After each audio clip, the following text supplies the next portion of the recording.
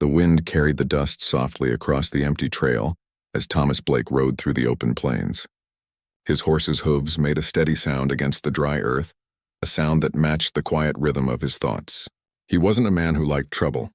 He didn't look for fights, nor did he ever chase after dreams that didn't belong to him. But today he had to do something he did not want to do. A man from the nearby trading town owed him money. It wasn't a fortune, but it was enough to matter. Enough to fix the broken roof over his porch, enough to buy hay for his horse before winter came. The man had promised to pay months ago, but he vanished before Thomas could collect. Thomas waited, gave him time, sent 2 letters. No answer ever came. So now he was on the road alone, riding toward the last place someone said they saw the man. The sun was burning bright above the wide land. There were no trees to hide under, just long stretches of prairie grass and hard earth. Thomas wore a simple shirt, a dusty hat, and boots that had walked through more miles than most people in town could count. He wasn't young anymore, but he carried the strength of someone who lived his life working with his hands. His face was calm, his eyes steady, the kind of man who kept his word and expected others to keep theirs too. In his saddlebag was a single folded paper, the debt note, signed by the trader himself. That piece of paper was all Thomas needed to get what was owed to him. At least that was what he believed when he left home that morning. He didn't know that the road would give him something very different from what he came for. By late afternoon he reached the edge of a small settlement.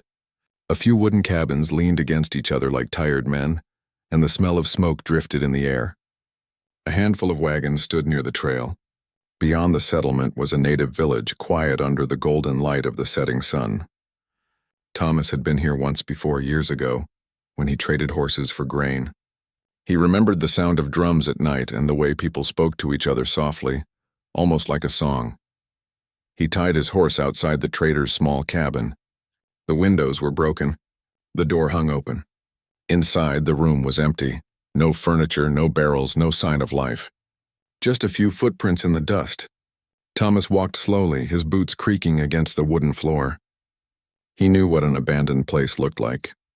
This man had left a long time ago. He stepped outside and scanned the land. A group of native children were playing with a stick and hoop near the far end of the field.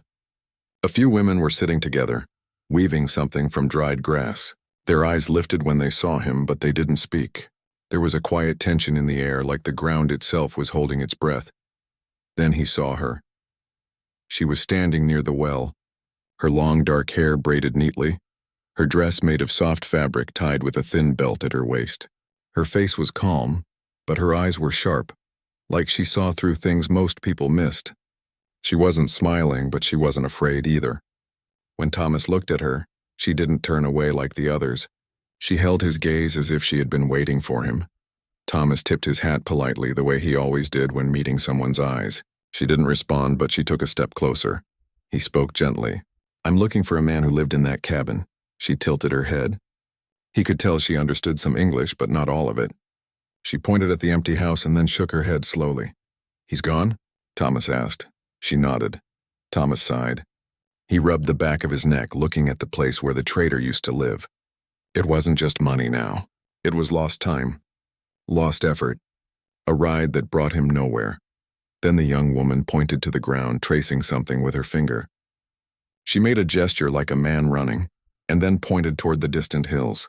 He understood. The trader had fled. "Did he cheat your people too?" Thomas asked softly, though he wasn't sure she'd understand the words, but she did. Her eyes hardened for a moment.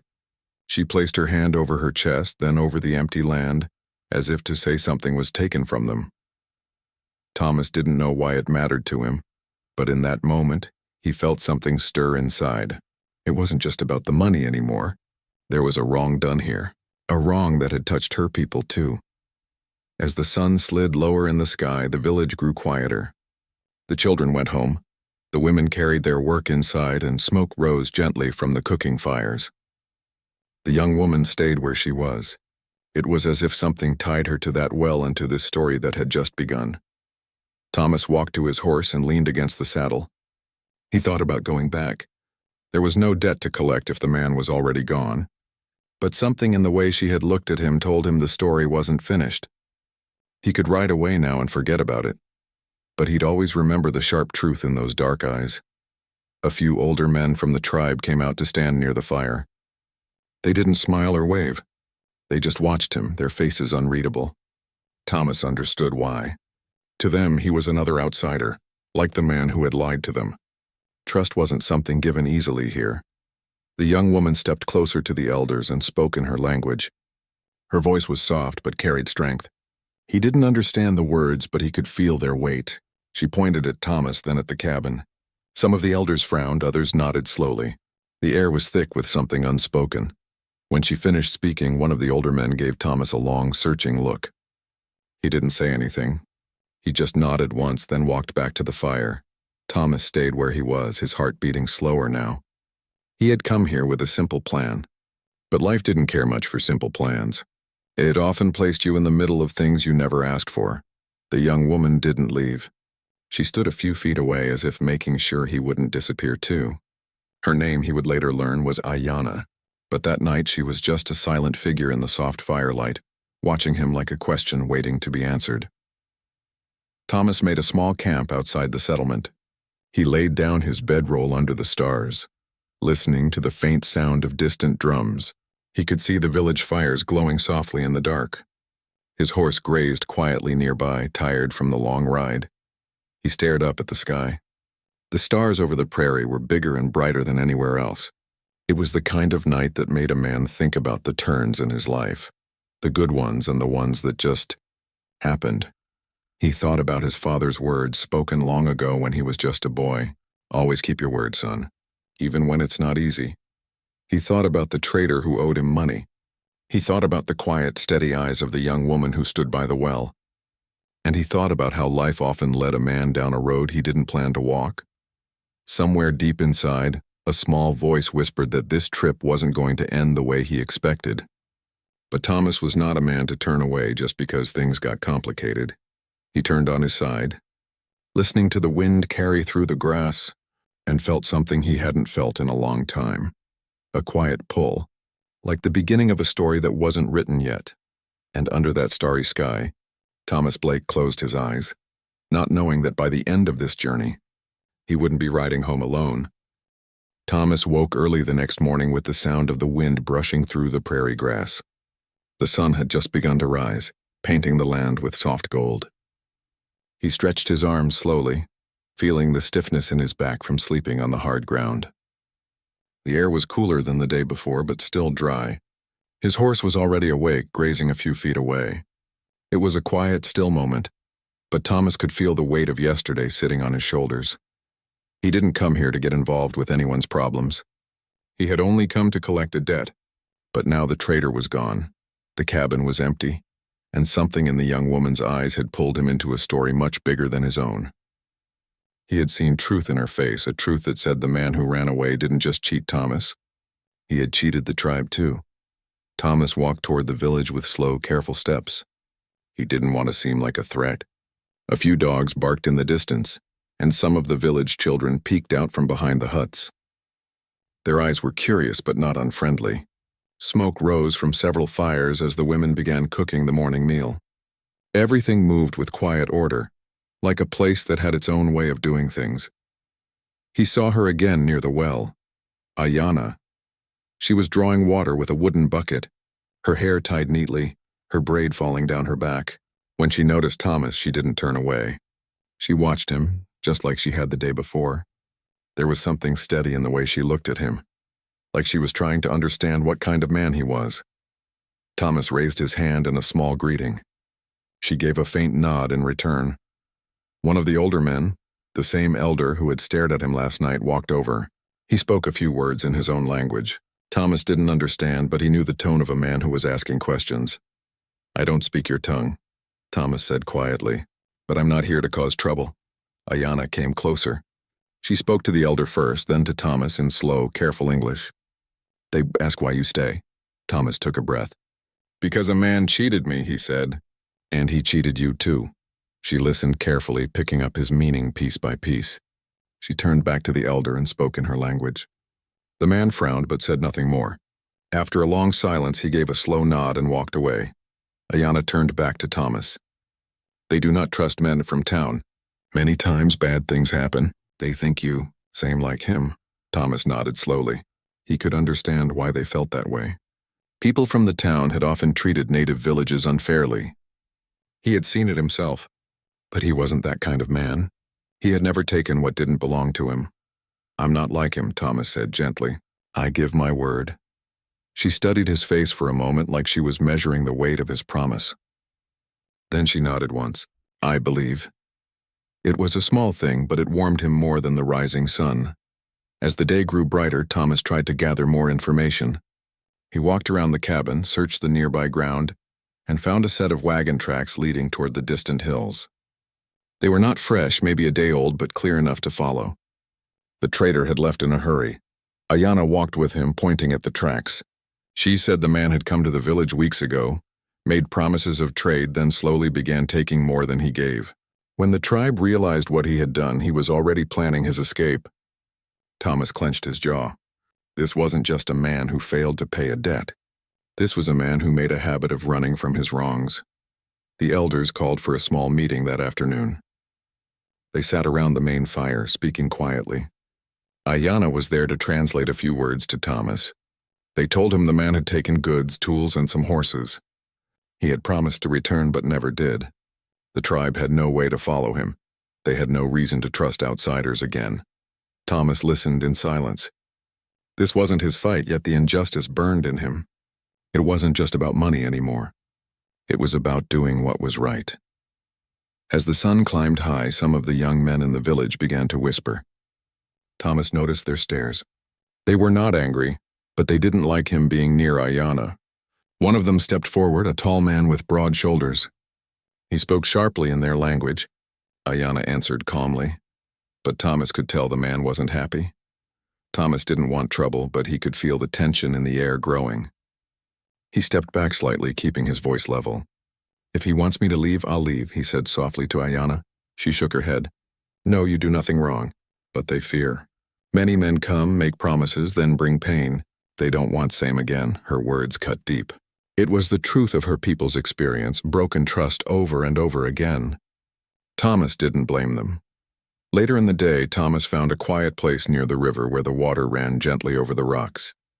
He sat there alone, trying to clear his head. The sound of water calmed him. He thought about the trail, the debt, the roof that still needed to be fixed back home. He thought about how easy it would be to just ride away, but then he remembered her eyes, the way she had stood up to the elder to let him stay. She had risked her own place in the village to give him a chance. That wasn't something a stranger did lightly. The sky turned orange as the sun began to set. Thomas returned to the village. As he passed by the well, he found Ayana waiting. She held a small pouch made of leather. When she handed it to him, he opened it and saw dried herbs inside. "For your journey," she said softly. "For horse. For you." Thomas didn't know what to say for a moment. No one had given him something with such quiet kindness in a long time. He finally whispered, "Thank you." She looked at him carefully. "Will you go tomorrow?" Thomas hesitated. That was the question he had been asking himself all day. But the answer didn't come easy. "I don't know yet," he said honestly. She nodded slowly. There was no judgment in her face, only understanding. That night, Thomas sat near his small fire again. The wind was softer, carrying the faint sound of drums from the village. He could see the shadows of people moving around the firelight. Life continued here as it always had. But he felt something shifting, not in the land, but inside himself. He thought about how he had lived his life. Quiet, simple, and alone. He never planned to stay anywhere for too long. He didn't believe in belonging to anyone or any place. But here, in this quiet corner of the world, a stranger had trusted him when others wouldn't. And that meant something. While Thomas stared at the fire, two young boys came closer. They didn't speak English, but they handed him a piece of roasted corn and laughed softly when he took it. He thanked them and they ran off again. It was a small, simple moment, but it made the night feel less cold. In the distance, Ayana stood with the other women, her face half hidden by the light of the flames. Thomas caught her looking at him just once, steady and calm, the same way she had looked at him from the start. She turned away soon after, but that single look stayed with him like a quiet promise. Thomas lay down to sleep under the stars again. The debt he came to collect was no longer just about coins and papers. The trader's betrayal had left more than empty shelves. It had left broken trust in a people who had already lost too much. As the night deepened, Thomas made a silent promise to himself. He didn't know yet what he would do, but he knew he couldn't walk away as easily as he thought. Something inside him had changed, something steady and strong, and far away past the hills, the man who caused all this trouble was riding free. Thomas didn't know when or how, but one thing was clear in his heart. This story wasn't over yet. The sun rose slowly over the wide plains, warming the land with soft orange light. Thomas woke before most of the village. He lay still for a moment, watching the faint smoke rise from the huts in the distance. The cool breeze brushed against his face. A calm quiet filled the air, but inside his chest something was changing. For days he had told himself this was not his fight. He only came to collect a debt. But now it no longer felt that simple. He had listened to the elders. He had seen how much this tribe had lost, and each time he saw Ayana standing near the well, steady and strong, he felt pulled deeper into something he could not name. Thomas rose to his feet, tightened the saddle on his horse, and walked toward the village. Ayana was already there, her braid falling neatly over her shoulder. She was talking with the elder who had spoken to Thomas on the first day. The elder's voice was calm but serious. When Thomas approached, they stopped talking. Ayana turned to him and said softly, "They want to speak with you." "It is important," Thomas nodded. He followed her to the fire circle where the elders were seated. A few men and women gathered nearby to listen. The elder spoke in their language and Ayana translated bit by bit. "They know you are not the man who hurt them," she explained. "But they believe the spirits brought you here for a reason. When a man comes at a time of loss, it is not by accident." Thomas shifted slightly, unsure of how to respond. "I'm just a man who came for what was owed to me," he said carefully. She looked at him with steady eyes. "Sometimes, what is owed is not always gold or horses. Sometimes it is something else." Then something unexpected happened. Ayana stepped forward, placed her hand on her chest, and spoke clearly. Not just for him, but for the whole village. She said something in her language, and the murmurs grew around the fire. The elder nodded slowly, listening to her. Thomas waited, not understanding the words, but feeling the weight of them. Finally, she turned back to him and spoke softly in English. "I told them I choose you. I say you are a man of honor. I claim you as my husband." Thomas froze. He wasn't sure if he had heard her right. "What did you say?" Ayana's face did not waver. Her voice was quiet but sure. "I claim you as husband." It was as if the world around him slowed down. He could hear the crackling of the fire, the rustling of the wind, the quiet murmurs of the people. He felt everyone's eyes on him. His hands tightened slightly at his sides. He hadn't come here for this. He hadn't planned to stay. His life was simple. Ride from town to town, work when needed, and return to his small home. He had never imagined that a woman from a village he barely knew would stand before her people and say such a thing. Ayana continued to explain slowly. "When someone wrongs the tribe and an outsider stands with us, sometimes the spirits choose a bond. If the woman speaks, the elders must listen. I spoke, I choose you. This is our way." Thomas felt his heart beat heavier in his chest. He was not a man who ran from hard choices, but this was something he did not understand. One of the elders raised his hand and spoke with a strong, calm tone. Ayana translated again. "They say, you may accept or walk away. No one will force you. But if you stay, you become part of something bigger than yourself." Thomas looked at the faces around him. Some were curious, some serious, some warm. The young men who had once looked at him with doubt now waited to hear what he would say. He met Ayana's eyes. They were not desperate. They were not begging. They were strong and clear. She wasn't asking him to save her. She was offering a path, an unexpected one. Thomas stepped back a little, needing a moment to breathe. He walked toward the edge of the village where the land opened wide, giving him space to think. The wind moved through the grass and the sky stretched far and endless. He thought about his life back home. The quiet cabin, the broken roof, the silence that always followed him. No one waited for him there. No one called his name. He had lived alone for so long that he had forgotten what it felt like to belong. Then he thought about this place. The fire, the drums at night, the laughter of children who had started to trust him. And Ayanna, strong, gentle, unafraid to stand before her people.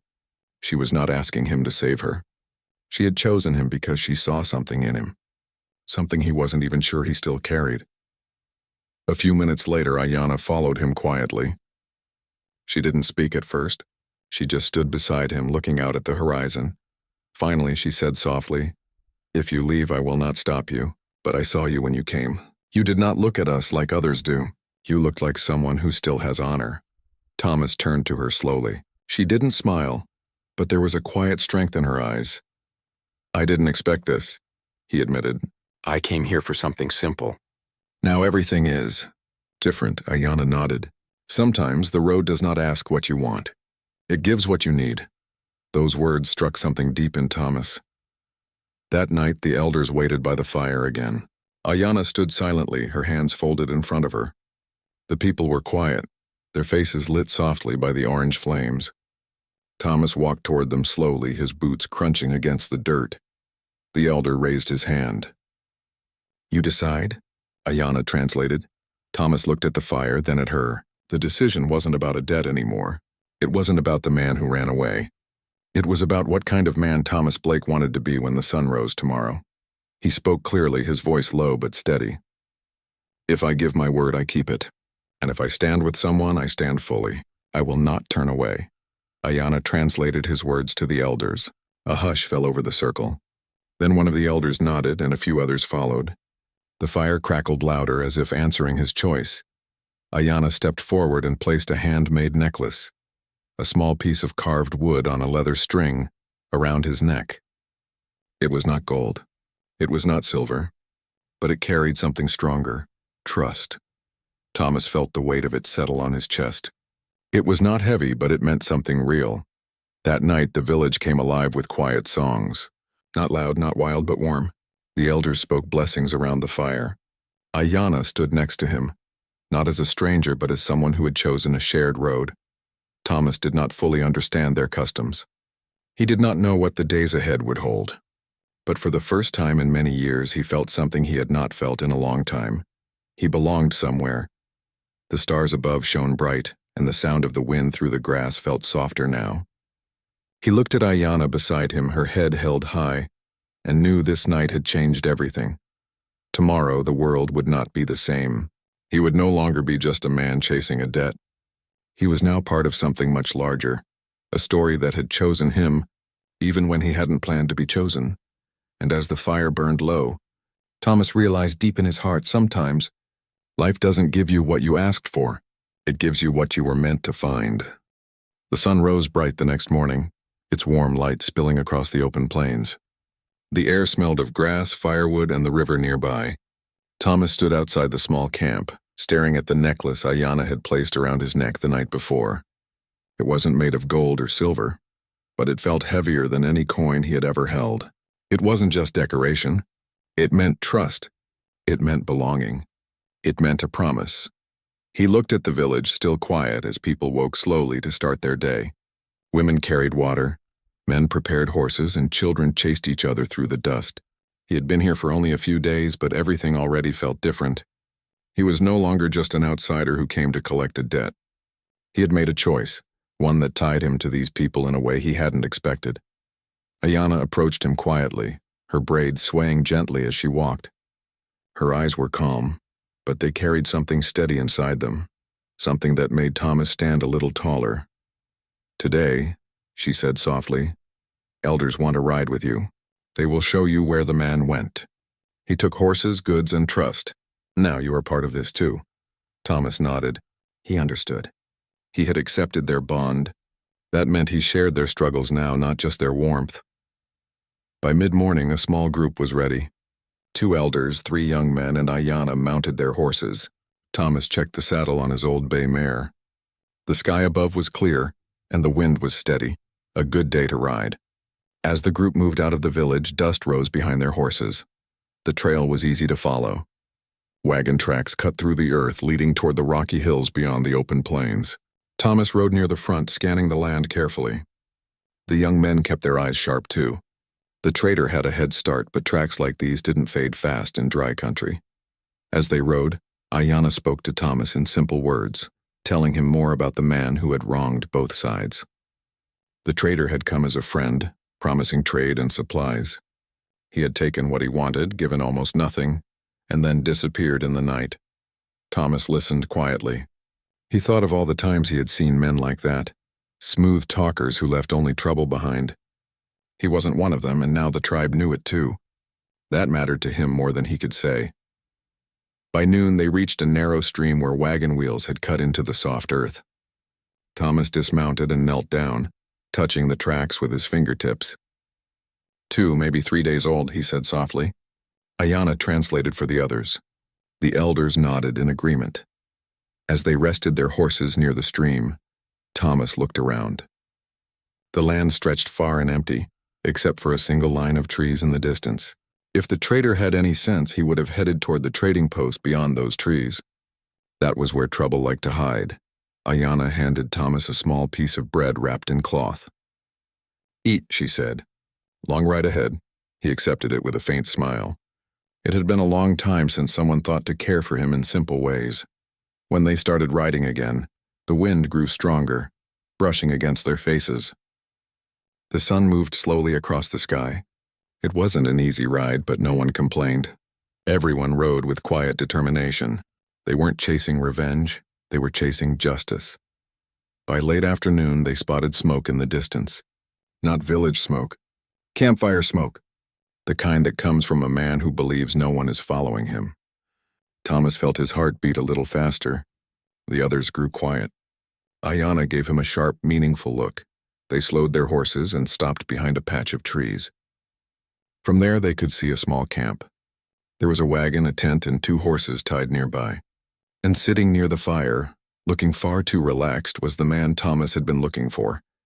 He recognized him immediately. The man who had vanished without a word. The man who had broken promises and walked away. The elders whispered softly among themselves. They didn't rush forward. They watched Thomas. After all, he had come for this man first. Thomas felt the weight of the moment pressing against his chest. He had spent weeks waiting for this. He had traveled miles through wind and dust. But now it wasn't just about his money anymore. It was about the people standing behind him, the tribe that trusted him. It was about Ayanna. He took a breath and stepped forward with steady, quiet steps. The man by the fire looked up, startled at first, then tried to smile. "Well, if it isn't Thomas Blake," he said with forced charm. "Didn't think you'd come all this way for a handful of coins." Thomas said nothing. His calm eyes stayed locked on the man.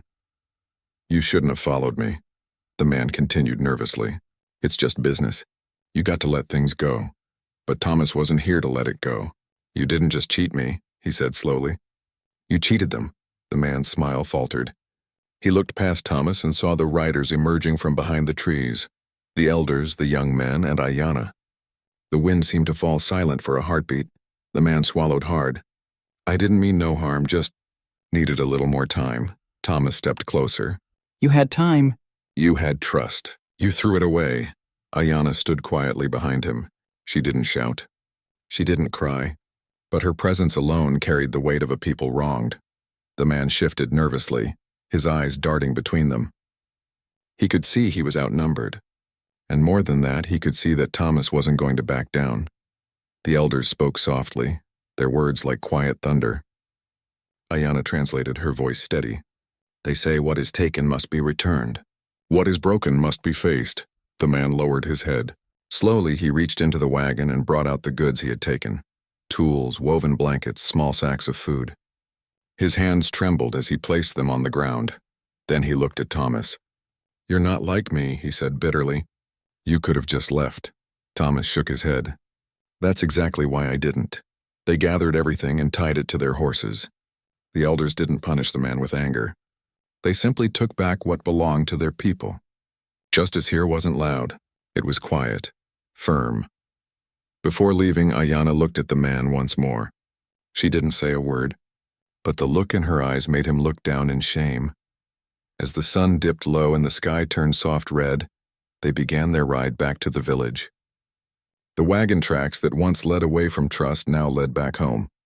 The tribe rode with calm, not rage, and Thomas rode at the front, Ayanna beside him. The wind carried the scent of freedom and something else, a feeling Thomas hadn't known in years. Pride. Not the loud kind, but the quiet one that lives deep in a man's chest when he knows he's done what's right. Ayanna looked at him as they rode. She didn't need to speak. Her smile was small but real. That was enough. When they returned to the village that night, the fires were already lit. The people gathered around as the elders placed the returned goods before them. Murmurs of relief spread through the air. The children cheered softly. Women nodded in quiet approval. The young men who once doubted Thomas now looked at him with respect. He hadn't come to take anything from them. He had helped give back what was lost. The elder walked forward, placed his hand on Thomas's shoulder, and spoke slowly. Ayanna translated with a warm voice. They say the spirits brought you for a reason. You stood beside us when no one else would. You are one of us now. Thomas felt a warmth rise in his chest, a feeling that no coin could ever buy. He didn't know what the future would hold, but in this moment, under the night sky, surrounded by people who no longer saw him as a stranger, he felt like he had found a place he didn't even know he was searching for. That night, the village celebrated, not with loud noise, but with songs, food, and laughter around the fire. Ayanna sat beside Thomas, her eyes reflecting the light of the flames. You didn't have to help, she said softly. Thomas looked at the fire, then at her. Maybe not. But some things a man does because they're right.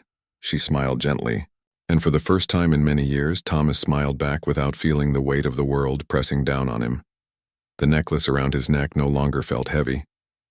It felt like home. The days after they returned to the village felt different for Thomas. The wind that swept across the plains was the same. The river still sang its soft song at night, and the sun still burned warm during the day. But inside him, something quiet had changed. He no longer woke up as a stranger. He woke up as someone who belonged. In the mornings, when he stepped out of his small shelter near the edge of the village, people nodded to him. The children who had once peeked at him shyly now ran up to greet him with wide smiles. The men who had once looked at him with caution now gave him steady nods of respect. The women offered him bread, water, or warm cloth without hesitation. Thomas had never expected this. He had lived most of his life alone, keeping to himself, moving from one place to another without leaving anything behind. But now, for the first time in many years, he felt the quiet strength of being part of something bigger than himself. Ayanna often came to him in the mornings. She would bring water from the well and talk to him in simple words, teaching him bits of her language one by one. Sometimes he'd get the words wrong, and she would laugh softly, not in a cruel way, but the kind of laugh that made the air lighter. In turn, he taught her a few English words, and she repeated them carefully, always with that calm, steady voice. They worked together, too. Thomas helped repair fences near the horse pens, carried wood, and fixed some of the broken wagon wheels left behind by the trader. He was good with his hands, and the tribe soon began to trust his work. Whenever something needed fixing, someone would call for him, and he would come without being asked twice. In the evenings, the village gathered around the main fire. Elders spoke softly, children played, and the air smelled of roasted corn and herbs. Ayanna often sat near him, not speaking much, but her quiet presence was enough. There was something about her that calmed his restless heart. One night, as the stars shone brightly above, an elder stood and spoke to the people. His voice was old but strong. Ayanna translated softly to Thomas as he spoke. They say, she whispered, when someone stands beside us in times of trouble, the spirits see it. The land remembers it. It means something. Thomas sat quietly, listening to the murmurs around the fire. The elder continued, his words deep and steady. We have known men who came only to take, but this man came to collect a debt and stayed to help heal what was broken. He is no longer just a guest. He is family. Thomas felt something tighten gently in his chest. He wasn't used to words like these. No one had ever called him family before. Not like this. Not with the weight of a whole community behind it. Then Ayanna stood beside the elder. She didn't need to speak loudly. Her voice carried softly but reached everyone's heart. I chose him when no one believed. He stood when others could have walked away. He gave what cannot be bought. Honor. That is why I call him my husband. There was silence for a moment, then slowly people nodded. It wasn't the loud cheer of a town celebration. It was something deeper, a quiet acceptance. Ayanna turned to Thomas and met his eyes. In that moment, he understood something without needing words. He had crossed from being an outsider to being someone who was part of their story. The elder placed a hand on Thomas's shoulder again. Ayanna held a small blanket in her hands, woven with patterns of her tribe. She wrapped it around his shoulders gently. "You are one of us now," she said softly. That night the stars shone brighter than ever. Thomas lay on his back near the fire, listening to the sounds of laughter and soft songs. For the first time in years, his heart felt full, not because of gold, not because of a deal won, but because of something that had no price. Over the next weeks, life in the village moved with the rhythm of the land. Thomas learned their ways little by little. He learned how to read the wind, how to ride quietly across the plains, how to find water when the earth seemed dry. He wasn't perfect, but he tried, and the people respected that. One morning, Ayanna rode out with him to the edge of the river. The water shone bright in the sunlight, and birds flew low above the grass. They stopped their horses under a large tree and let the silence rest between them. "You have changed," Ayanna said quietly, looking at the water. Thomas smiled faintly. "Maybe I've just remembered who I can be." She turned to him with a soft expression. "You were always this. You just needed to find a place to be seen." Her words sank deep into him. For so long, Thomas had believed he didn't belong anywhere. He thought his life would always be about riding from one town to the next, chasing debts, fixing roofs, sleeping under cold skies. But now, here in this village, among people who had once feared him, he had found something he hadn't known he needed: home. As the days grew warmer, the tribe began to prepare for their harvest gathering, a quiet celebration of the season. They decorated the center of the village with woven cloth and flowers from the riverbank. People cooked together, sang together, and told stories by the fire late into the night. Thomas watched as the children danced in a circle, their laughter echoing in the open night. He could see Ayanna standing near the fire, her face glowing softly in the light, her braids shining like dark silk. She wasn't just the woman who had spoken up for him. She had become the heartbeat of this new chapter in his life. When their eyes met across the fire, there was no need for words. She smiled slowly, and that was enough. Later that night, the elder spoke again. He lifted his hand, and the village grew quiet. "A bond made in the time of trouble becomes strong in the time of peace," he said. "This man came to us alone. He stands with us now. His path is tied to ours. His heart belongs here." Thomas stepped forward without being asked. He didn't make big speeches, he never had. But his voice, calm and sure, carried across the firelight. "When I came here, I thought I was chasing what was mine. But I found something better. I found people who gave me more than any gold could. You gave me trust. You gave me a place to stand. And I will stand with you for as long as I live." The fire crackled as the people listened. Ayanna's eyes glimmered softly. She stepped forward and stood beside him. The elder smiled, his weathered face warm. "Then your story is part of ours now." The people cheered, not loudly, but in a way that wrapped around Thomas like a warm blanket. Ayanna slipped her hand into his, and for the first time in a long time, Thomas didn't feel like he was walking alone. In the days that followed, Thomas built a small home at the edge of the village with his own hands. Ayanna helped him decorate it with blankets, baskets, and things that carried the spirit of both his world and hers. He fixed the roof, carved the door, and planted flowers near the entrance. It wasn't fancy, but it was steady, strong, and full of life. Every evening they sat outside together, watching the sunset burn gold across the prairie. Sometimes they talked, sometimes they stayed silent. But in every quiet moment, Thomas felt something deep and unshakable. He remembered the day he rode into this land, a man alone, chasing a debt. And now he was a husband, a friend, and a part of a people who had accepted him as their own. The traitor was long gone, but the wound he left behind had been healed, not just for the tribe, but for Thomas too. Because sometimes life doesn't give you what you expect. It gives you what your heart was waiting for. As night settled once more over the land, Thomas sat with Ayanna near the fire, her head resting gently against his shoulder. The stars shone bright above them, the wind hummed softly through the grass, and the village glowed with the quiet warmth of belonging. He didn't say it out loud, but the thought filled him fully. This is home. And for a man who once believed he had no place in the world, that was everything.